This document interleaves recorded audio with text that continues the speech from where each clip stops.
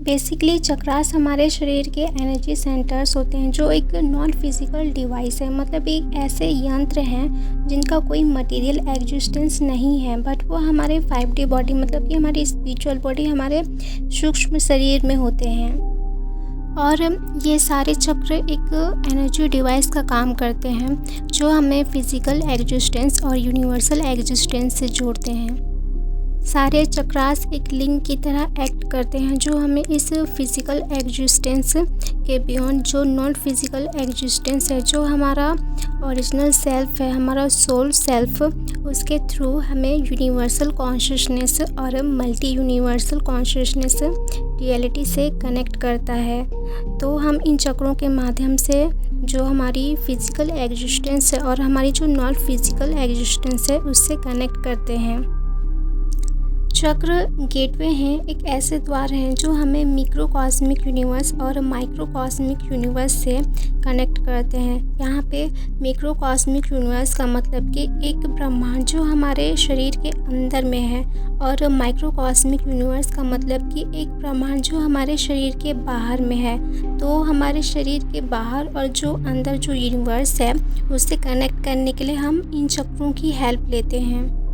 So basically chakras जो है वो एक ऐसे यंत्र हैं, एक ऐसे डोर हैं, एक गेटवे हैं जिनकी हेल्प से हम खुद को यूनिवर्स, मल्टी डायमेंशनल रियलिटी से कनेक्ट करते हैं। चक्रास एनर्जी रिसीव करते हैं, इंफॉर्मेशन रिसीव करते हैं यूनिवर्स से। तो जो हमें यूनिवर्स से इंफॉर्मेशन रिसीव होती है वो बेसिकली इलेक्ट्रिकल सिग्नल के तरीके से रिसीव होती है। ठीक है, यूनिवर्स की साइड से जो मैसेज हमें मिलता है, जो इंफॉर्मेशन है, वो इंफॉर्मेशन हमें इलेक्ट्रिकल सिग्नल के थ्रू हमें रिसीव होती है, जो एक वॉइस सिग्नल के थ्रू होता है, इमेजेस के थ्रू, सिंक्रोनिसिटी के थ्रू। आपको ये जितने भी इंफॉर्मेशन है वो रिसीव होती है। जो चक्रास हैं वो हमारे स्पिन करते हैं, मतलब कि रोटेट करते हैं। मतलब हर एक चक्र की अपनी खुद की एक स्पेसिफिक फ्रीक्वेंसी होती है कि वो 1 सेकंड के अंदर में कितनी बार रोटेट करते हैं, घूमते हैं।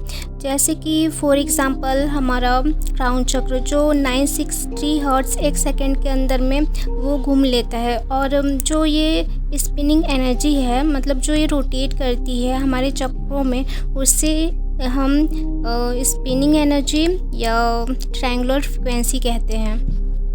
और इस स्पिनिंग एनर्जी को ही हम पावर ऑफ मैनिफेस्टेशन कहते हैं।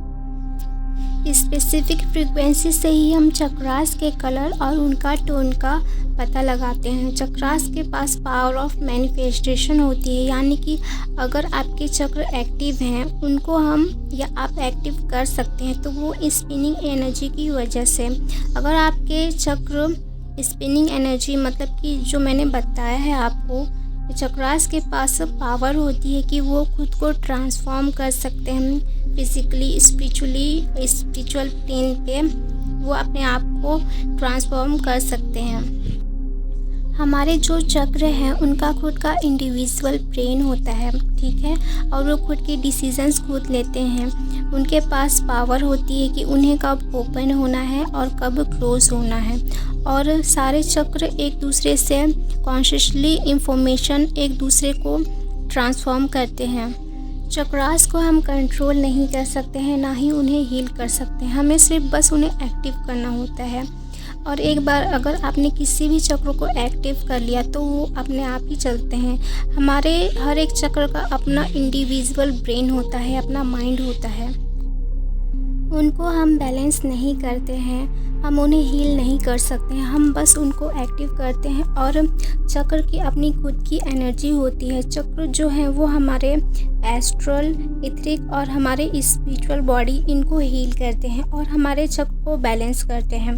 ठीक है, और हमारे खुद के अंदर की जो इनर एनर्जी है उन्हें एक्टिव करती है। और हमारे जो चक्र हैं वो हमें हील करते हैं, हम उन्हें हील नहीं कर सकते हैं।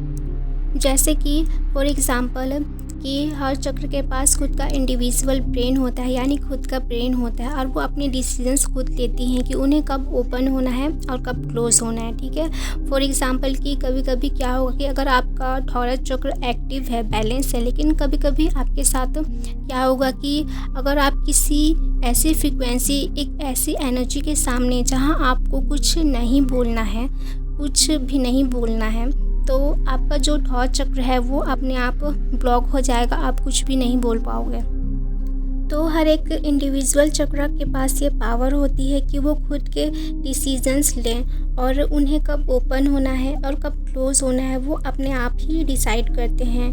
ठीक है, और वो क्लोज़ होना क्यों डिसाइड करते हैं? क्योंकि उन्हें पता होता है कि सामने जो एनर्जी है वो एक ऐसी एनर्जी खड़ी है आपके सामने जिससे आपको नुकसान होगा। ठीक है, तो वो अपने आप को बंद कर लेती हैं ताकि आप उन अनवांटेड एनर्जीज़ को रिसीव ना कर पाओ। तो हमारी जो चक्र है वो एक क्या बोलना चाहिए, इंडिविजुअल इंटेलिजेंस है। अब हर एक चक्र जो है वो हमारे डायमेंशन और उनके कॉन्शियसनेस से कनेक्टेड है। जैसे कि फॉर एग्जांपल हमारा जो फर्स्ट चक्र है, जो हमारा रूट चक्र है, वो हमारे फर्स्ट डायमेंशन कॉन्शियसनेस से कनेक्ट है। फिर सेकंड है हमारा सैक्रल चक्र, जो हमारे सेकंड डायमेंशन कॉन्शियसनेस से कनेक्ट है। थर्ड है हमारा सोलर प्लेक्सस चक्र, जो हमारे थर्ड डायमेंशन कॉन्शियसनेस से कनेक्ट है। फोर्थ है हमारा हार्ट चक्र, जो हमारे फोर्थ डायमेंशन कॉन्शियसनेस से कनेक्ट है। फिर फिफ्थ है हमारा थॉरस चक्र, जो हमारे फिफ्थ डायमेंशन कॉन्शियसनेस से कनेक्ट है। फिर हमारा सिक्स चक्र है वो है हमारा थर्ड आई चक्र, जो हमारे सिक्स डायमेंशन कॉन्शियसनेस से कनेक्ट है। फिर है हमारा सेवेंथ चक्र जो है क्राउन चक्र, जो हमारे सेवन डायमेंशन कॉन्शियसनेस से कनेक्ट है।